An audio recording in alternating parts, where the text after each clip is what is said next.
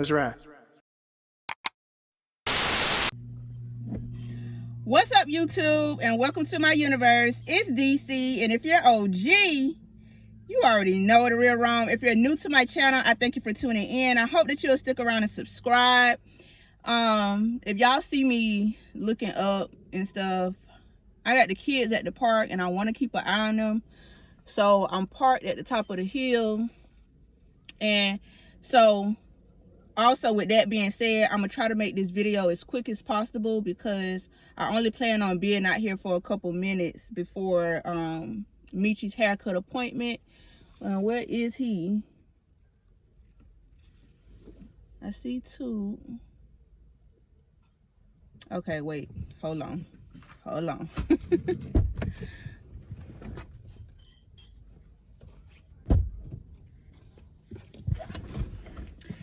He out there laid out on the ground trying to keep the kids from spinning the merry-go-round. That boy there, he's something else. So today I really want to share something just like really important with y'all, something that I have been battling with and learning how to overcome. And I'm sure I'm not the only person that goes through such a thing. And I came to a deep realization just one day when I was sitting in my algebra class. And I have my notes in front of me too, just let me make sure the angle is right to keep myself on track, because y'all know me. I'll just go on, be rambling, get distracted, go on to a side story, and we'll be here all day. And I just don't have time for that today. So, like I said, better make this quick.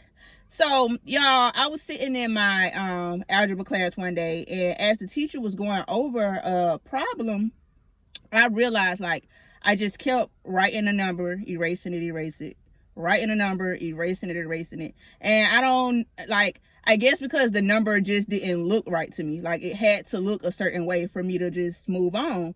But for some reason, it just wouldn't get right. I had to just keep erasing it. And I'm just like, where do I get that from? Why do I keep doing it? You know, in math class, you don't have time to be doing all that erasing and starting over, because you got to follow the order of the equation and its numbers and its letters, and that's already in itself just something that you have to pay detail to.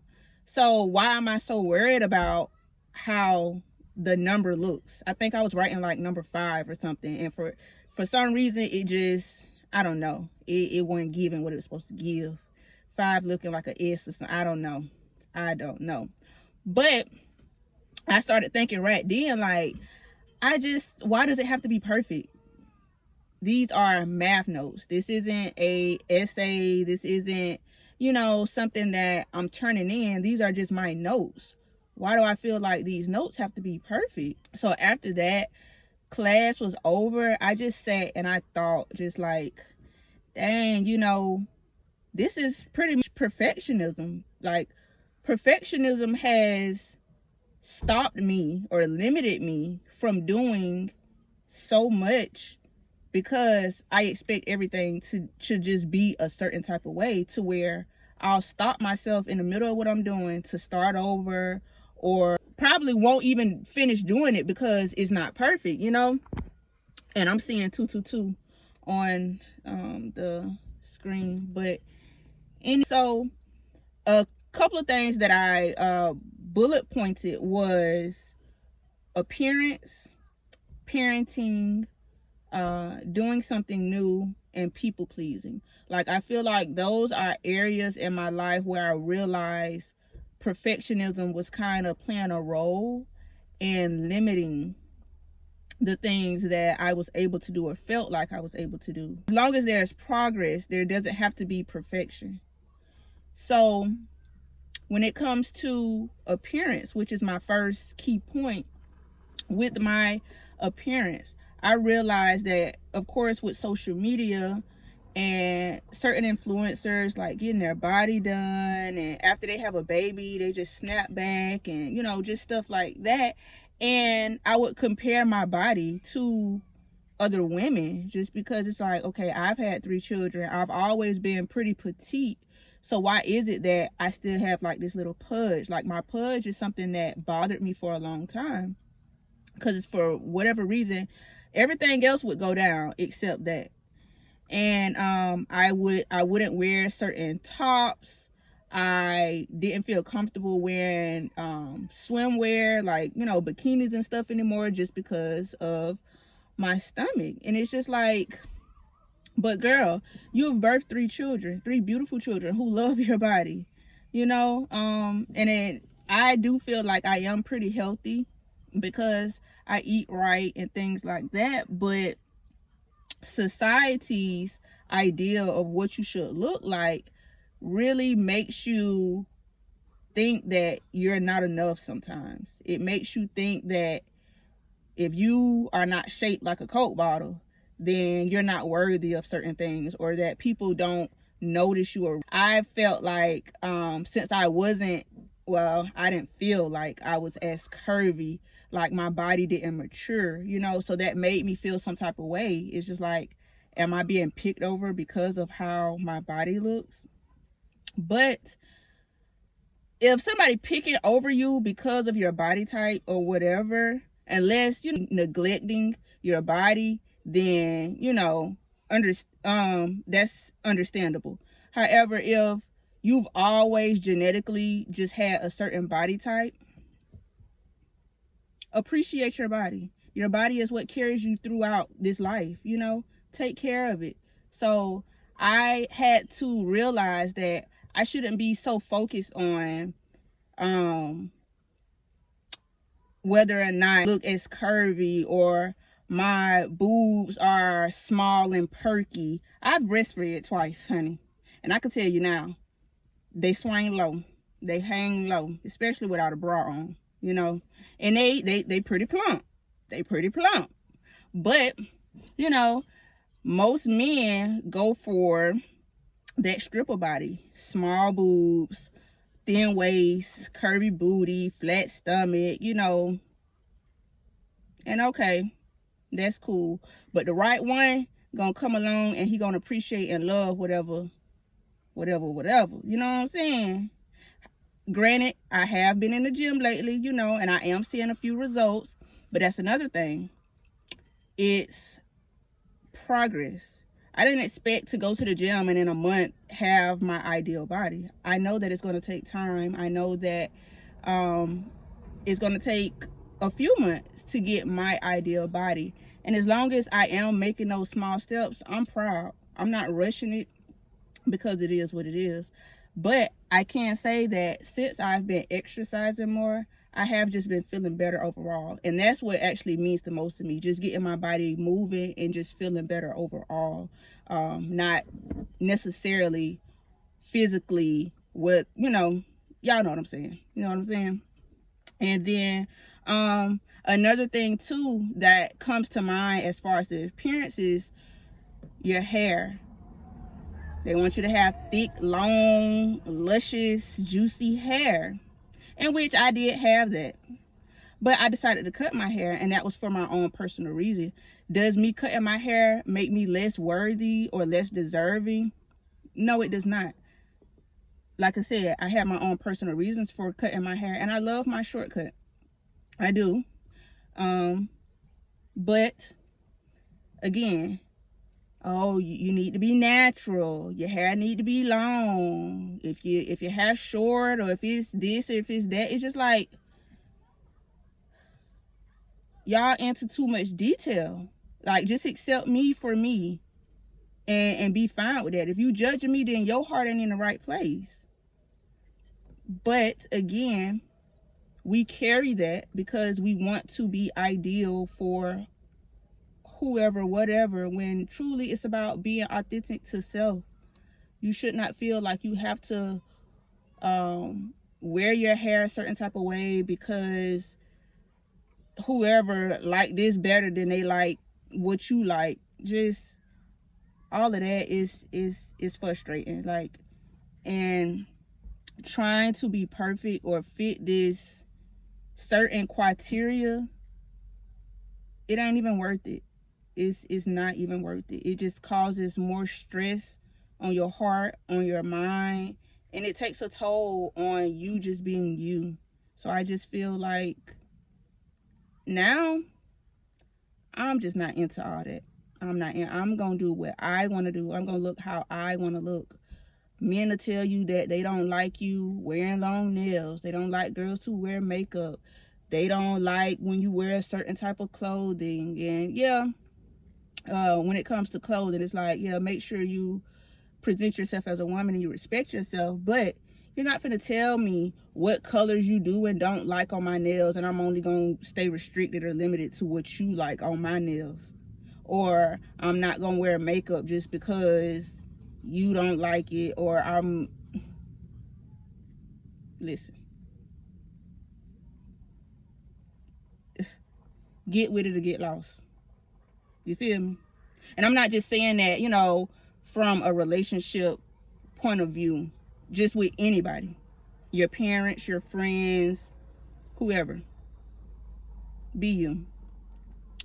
So my next point would be trying to locate Michi once again. My next point would be when it comes to my parenting. Like in the beginning, or I want to say in the beginning, when I worked a 9-to-5 job, of course my children were being nurtured. However, I did expect them to behave in a certain type of way. I still allowed them to be. Makai, this boy. So, I forget where I was. Okay, I think I was saying that I expected my children to behave in a certain type of way. Yes, I did allow them to be children, but there was just certain things like in the house that I just was opposed to, because I'm not finna be cleaning up all this mess. Y'all not finna be messing up my carpet. Y'all not finna be just doing whatever and have me cleaning up behind y'all. Or if there were certain, like when it comes to them watching like TV and all that stuff, like, yeah, you can watch TV, but you're not gonna be sitting here watching TV all day. You need to find something else to do. Like, and so I can honestly say, like, no cap, all scalp, I can honestly say I did used to limit my children from being as expressive and curious, I guess. Like, I restricted their exploration a bit because I just didn't want to have to be the person that cleaned up a certain type of mess. I didn't want things to get broken. I didn't want them to feel like they could just run over me, But I realized with me being so limited in certain things that they could do, is only preventing them from being who they are. They're children. They do need to explore. They're curious, and that's how they learn. So why is it that I'm not allowing them to do certain things in the house, certain activities? I would just do whatever I wanted to do with them. You know what I'm saying? Like, and that's just being real. That's just being honest. But once everything happened with this worldly little situation, y'all know what I'm talking about, I feel like my children was able to get more of me. I was able to get to know them more. I was able to realize the things that they actually enjoy doing as opposed to the things that I just wanted them to do. And even when it comes to Makai, with me allowing him more freedom to just be creative and to just, be himself, I am seeing more progress in him. I'm seeing my baby do a lot more. So that's why with Brylan, y'all know that Brylan just moving around. He's so independent right now. He doing everything. He rolling all my tissue off my tissue roll. He playing in the toilet. He throwing stuff in over. Just Brylan just doing whatever. And it's like I don't even stop him from doing certain stuff now, because I know that's just him being curious. That's him watching me do certain stuff, and he want to know what that is and why I'm doing these things too. And unless, he in just immediate danger, then of course I'm gonna stop him. And even when it comes to just talking to them, instead of saying no, stop, don't do that, I try to change those phrases and also the tone that I say it in. So if Brylan is hitting, for instance, or Michi whomever, instead of me saying, stop, don't hit, don't do that, don't do this. Now I'm saying, I like when you play nice. I like when you use your gentle hands. I like when your feet are on the ground. I like, you know what I'm saying? So that just gives more of a, I don't know what I'm really trying to say right there, but it gives them more freedom and control to make a decision, instead of me just saying, stop, no, blah, blah, blah. Because then they're going to feel like they never can do anything. And when they feel like that, that's going to cause them to feel like they have to be perfect, like they have to perform in a certain way, in which if they don't perform in a certain way, then they won't get the love or they won't get the support, you know? So again, like, I just, I'm trying to, of course, in that area, be a better parent, allow them to be more expressive and not just limit them to things in the house. We do go out a little bit more than what I usually would go out. I also had personal reasons for why I wasn't going out as much. For one, Brylan is he's little, and then you know, Makai is autistic, so me just having eyes for all three children and making sure that we're all safe and just stuff like that. But now I am getting better with that, so we are now going more places and stuff. Also, when it comes to my ideal co-parenting relationship, obviously it's not there right now, but ideally I would want that other parent to share just as much responsibility as I have. Like, if I'm the mother and I'm doing certain things, I expect the father to be doing just as much, not just throwing everything on me. However, sometimes people just don't have that same vision. So my co-parenting relationship right now with my children's fathers are pretty much non-existent. And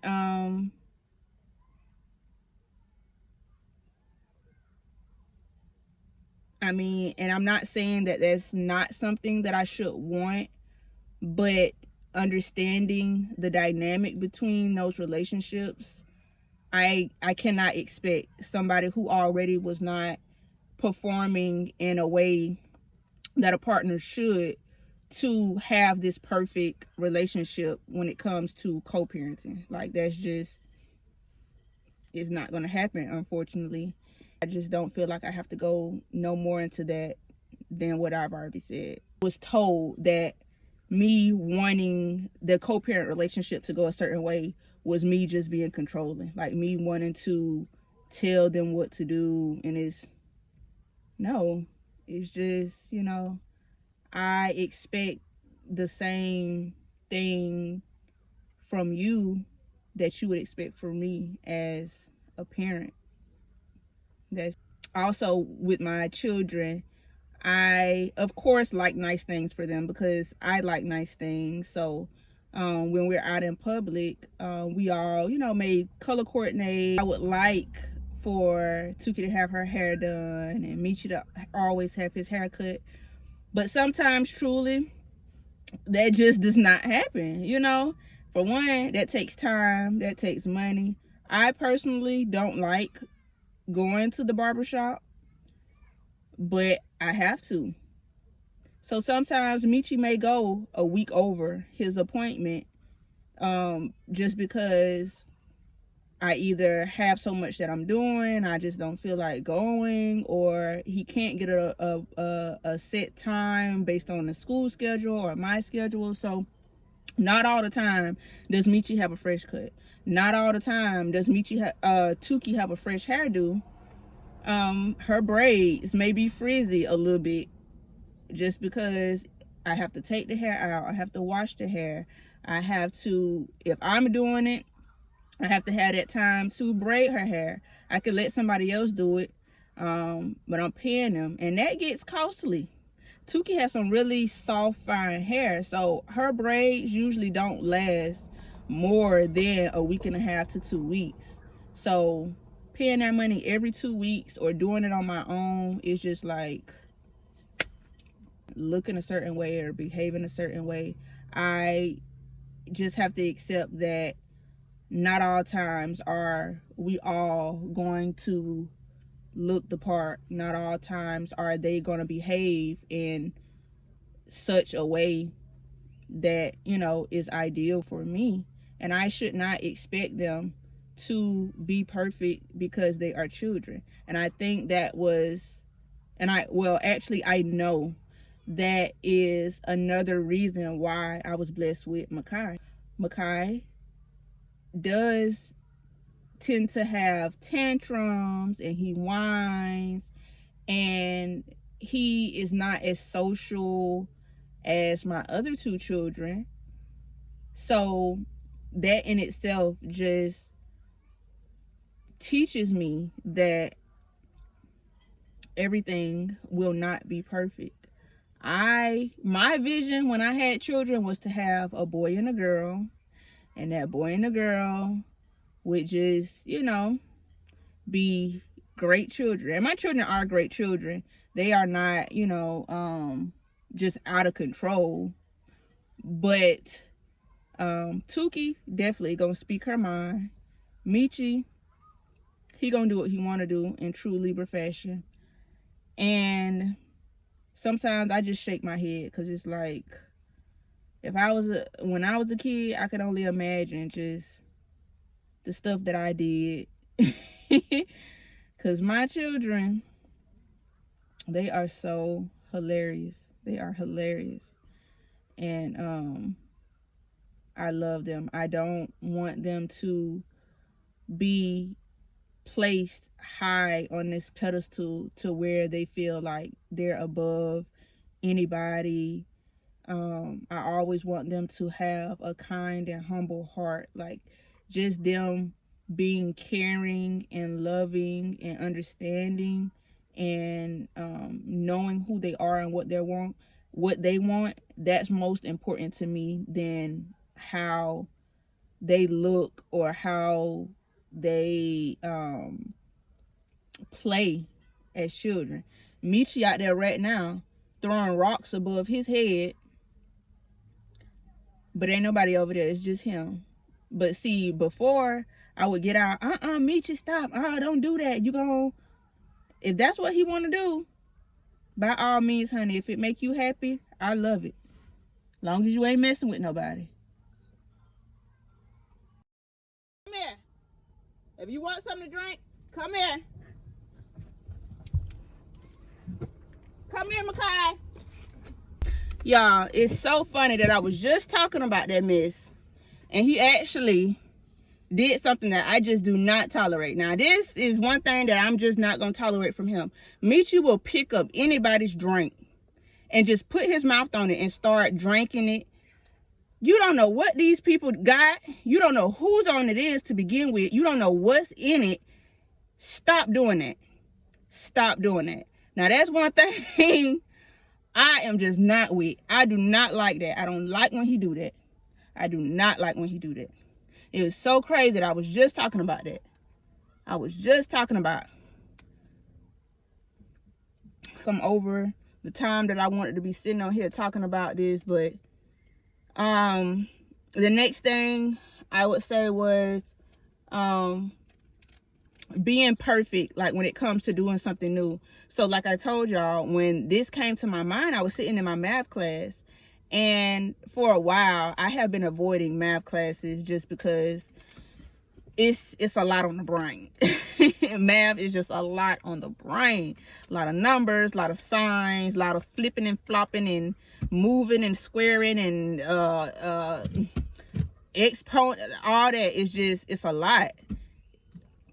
So I have been avoiding math classes, and I noticed that I just kept erasing stuff, not only because I think that I wanted my notes to be perfect, but it was also my way of just trying to distract and delay moving forward with this math class. And that's my mind's way of just trying to trick me out of, you know what, you don't even need to be doing this, you don't even need to be doing this. But it's like, no, now I realize what's been happening, why I have been avoiding these math classes, because it's a overload. So when it comes to just doing something new, I feel like if I don't get it right then it's like, oh, it ain't no point for me to be doing it then. If it don't look good, if it don't sound good, if it ain't 100% quality when I first start doing it, then it ain't for me. It must not be meant for me to do. And that's not true at all. Progress over perfection, baby. You have to take those small steps in order to get to where you need to go. Just like a seed, when you plant the seed, that's not the same day that you see the plant. That's not the same day that you see the fruit or whatever. You have to go ahead and bury that seed, continue watering it, and know eventually one day that it's gonna sprout. I was listening to I was watching a YouTube video on my phone.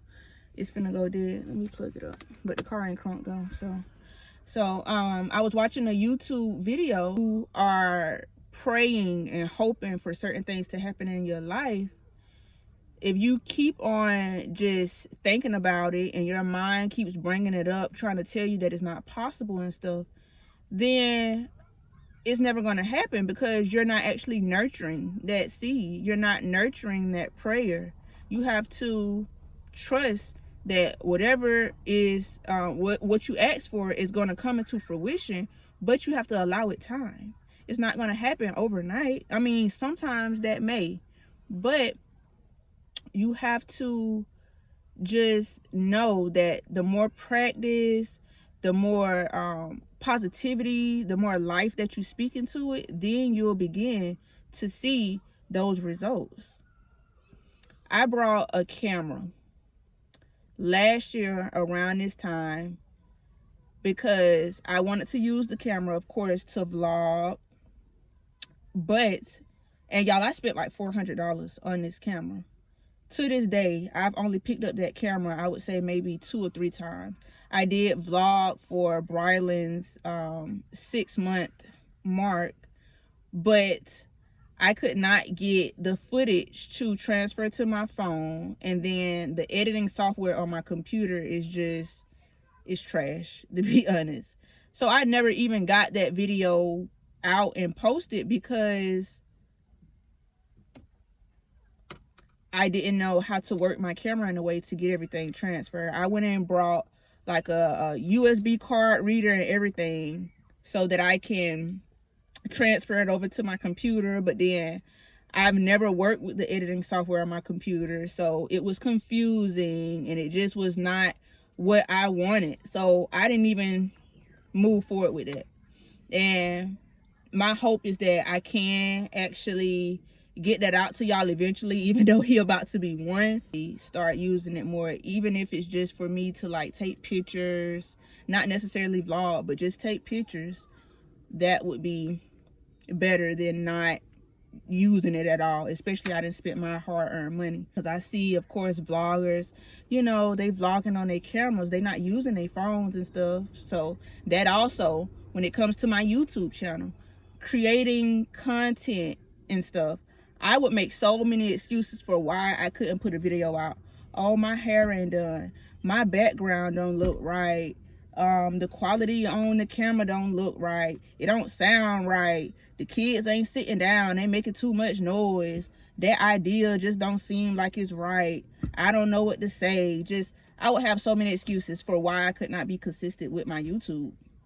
And that's because I would watch these other YouTubers and vloggers and stuff and see just like how their videos was, and it's just like, no, I'm not at that point, so it ain't even worth me trying, it ain't even worth me doing it. But now when I get on here, child, I don't be careful. I got my bonnet on, if my lash is off, if the children screaming and crying in the background, if it's stuff on the floor, it's whatever. I'm gonna make do with whatever I got and just show the real. My hair, like I said, my hair is not always done. I just put this wig on a little while ago, and next week it'll be off, unless, you know, I can find something else to do with my hair. But I can no longer let certain things stop me, feeling like I have to be perfect, feeling like I have to be the master of a certain thing before I actually put my stuff out. You know, I'm going to do my best in all that I do. And if it don't satisfy whoever, that's personal. And I would love if y'all subscribe, and I would love if y'all continue to walk this journey with me. But if there are some people that fall off, if there are some people who actually just don't like my content, then okay, find somebody else to watch. It's not that serious to me anymore. You know, my craft and stuff, that is serious to me.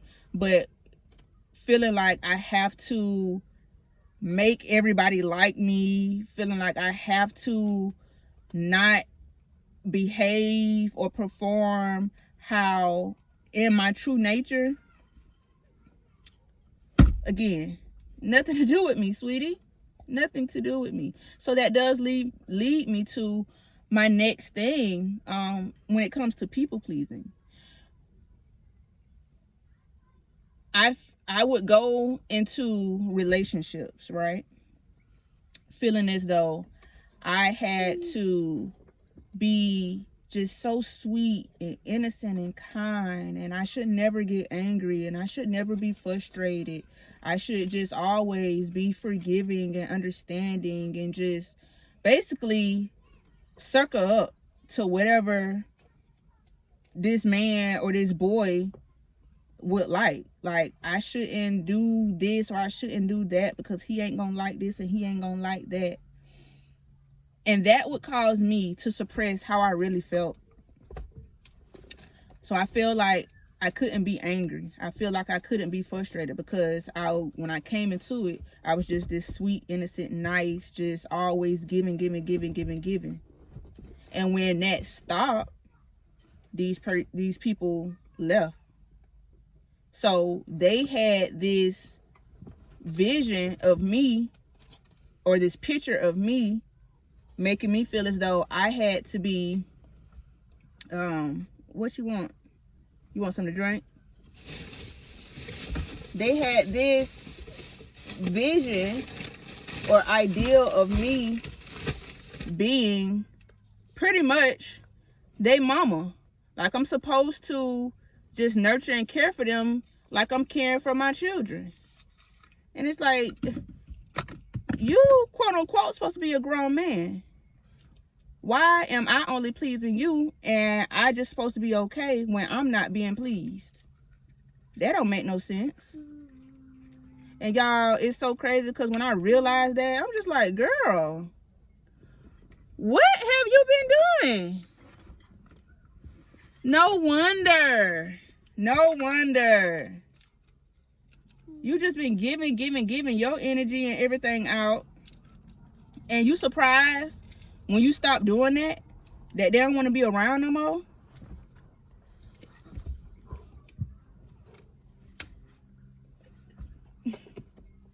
And see, y'all know I do talk about my childhood experiences a lot. That came from when I was younger. I was a lot more mature than what I should have been. You know, I was doing a lot at a young age. And it was, you know, basically you do what you're told to do and nothing else. You don't talk back. You don't discuss anything that's going on in this household. And you, as long as you have a roof over your head and you being fed, you shouldn't have no problem. You should always be happy. You should never be sad. You should never have an attitude. You should never just... So that made me feel like I could never be angry. That limited how I felt like I could feel. And doing that just made me suppress my true emotions. So now, of course, if I don't like something, I'm going to speak up and say, I don't like it. I don't like how that made me feel. If I don't want to be around you, I just don't want to be around you. I'm not sugarcoating nothing. I'm not trying to please people fast. If you can't accept me for who I am right now, then bye. I used to be the one, when people call me, picking up on the first ring. Hello, what you need?